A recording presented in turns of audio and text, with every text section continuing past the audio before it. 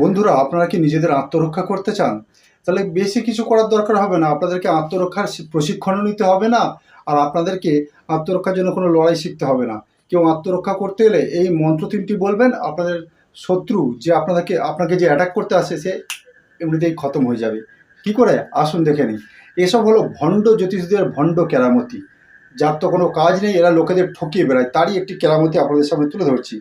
এবার দেখুন, এখানে লেখা আছে একটি মন্ত্র তারা আবিষ্কার করেছে। সেই মন্ত্র বলছে ওম খিং খিং খিং খিং খিং খিং ফট। এটা প্রতিদিন 400 বার জপ করতে হবে। জপ করলে কি হবে, আপনাকে কেউ আপনার কোনো আর হিংস্র প্রাণী বা মনুষ্যের দ্বারা ভয় থাকবে না।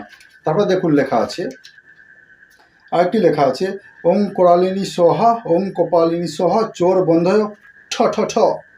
মানে কি, এই জিনিসটা 108 বার যদি পাঠ করেন, আপনাকে কেউ তলোয়ার মারলেও তলোয়ারটা গলা দিয়ে এসে আটকে যাবে।